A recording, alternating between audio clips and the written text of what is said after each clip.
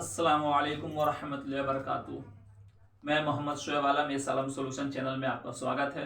इस वीडियो में मैं बात करना चाहूँगा टारगेट को अचीव करने के लिए इंसान को सबसे बेहतरीन और सबसे इम्पोर्टेंट चीज़ होता है वो है फोकस। इंसान फोकस में अगर कमी करता है तो वो अपने टारगेट को, वो अपने कामयाबी को, वो अपने गोल को अचीव नहीं कर पाएगा। एक छोटे से बच्चे को क्या मोबाइल चलाने के लिए ट्रेनिंग की जरूरत पड़ती है? नहीं भैया, उसका माहौल ही ऐसा होता है। अभी डिजिटल जमाने में ऐसा माहौल बना चुका है कि बच्चे को मोबाइल चलाने के लिए ट्रेनिंग की जरूरत नहीं पड़ती है। छोटे बच्चे को साइकिल चलाने के लिए ट्रेनिंग की जरूरत नहीं पड़ती है। बच्चे ऑटोमेटिक सीख जाते हैं, उनको गाइडलाइन की जरूरत नहीं पड़ती है, उन पर फोकस करने की जरूरत नहीं पड़ती है, सीख जाते हैं। तो अच्छे इंसान को अच्छा पाने के लिए ना कुछ मेहनत करना पड़ता है। उस मेहनत के साथ साथ उसको अपने टारगेट को पाने के लिए फोकस भी बेहद ही जरूरी चीज है। एक बच्चा चौथी क्लास में अगर पढ़ाई करता है, टाइम टेबल के हिसाब से टाइम मैनेजमेंट करके सुबह उठता है, फ्रेश होने के बाद नाश्ता करने के बाद 10 बजे अपने क्लास जाता है, स्कूल गया हो, कॉलेज गया हो, फिर क्लास में टाइम के मामूल के हिसाब से वो पहुंच जाता है। पहुंच जाने के बाद 6 घंटे का पढ़ाई करता है, मेहनत करता है, टीचर के सामने रहता है और छुट्टी हो जाने के बाद वो घर वापस आता है। वापस आने के बाद घर पे रिवीजन करता है। लगातार रोज का मामूल उसका वही रहा। सुबह उठना, फ्रेश होना, नाश्ता करना, टाइम से क्लास जाना, क्लास से रिटर्न आने के बाद रात में रिवीजन करना। कंटिन्यू इसका यही चालू है। कंटिन्यू चालू के बाद 6 साल के बाद जब 10वीं का एग्जाम देता है तो रिजल्ट आते हैं फेल। ऐसा क्यों? बेशक सही बात है, लड़का टाइम टेबल से उठा है, टाइम मैनेजमेंट के हिसाब से नाश्ता किया है, फ्रेश हुआ है, अपने समय के अनुसार उसने क्लास में गया है, उस समय के अनुसार टीचर के सामने 6 घंटे बैठा है, क्लास अटेंड किया है और समय के हिसाब से उसने रिटर्न आया है। रिटर्न आने के बावजूद रिवीजन भी किया और फेल क्यों हुआ? उसने फोकस नहीं किया, ध्यान नहीं दिया। बेशक टीचर के सामने उसने 6 घंटे समय गंवाए, बेशक टीचर के सामने उसने रात में रिवीजन किए, गार्जियन के सामने रिवीजन किया, पर मेन मुद्दा जो है वो है फोकस। उसने फोकस में कमी कर दी।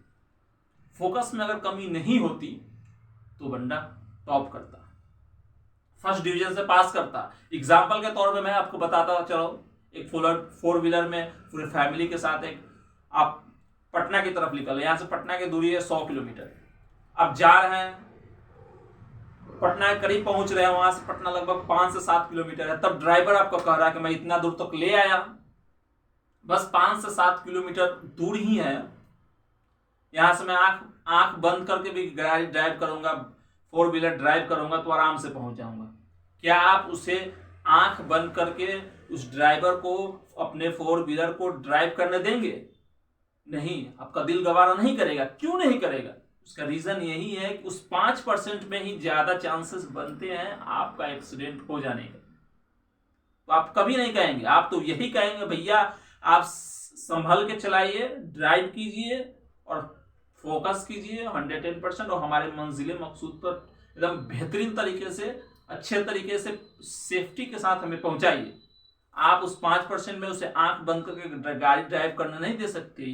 इसलिए रास्ता क्लियर ही क्यों ना हो, अच्छा ही क्यों ना हो, सेम उसी तरह बच्चे के साथ होता है। 90%, 95%, 80% फोकस करते हैं और लास्ट में जो समय आता है 5% का, 7% का, 8% का, 10% का, उसमें बच्चा कहता है मैंने तो तैयारी कर लिया, फोकस के साथ तैयारी किया, पर फोकस उसका जो होता है वो 95% होता है। इसी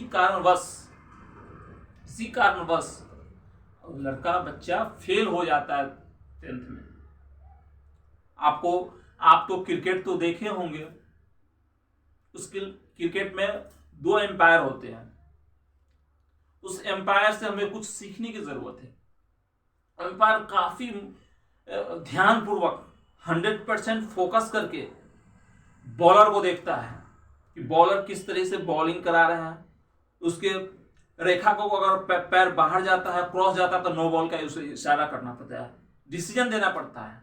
उसके बाद लेग एम्पायर देखता है बैट्समैन के पास बैट्समैन कि अगर पैड पे लगता है बॉल तो देखता है कि देखता है कि मिडिल विकेट पे उसके सामने लगा तो नहीं लगा। ये सब काफी फोकस करता है उस पर।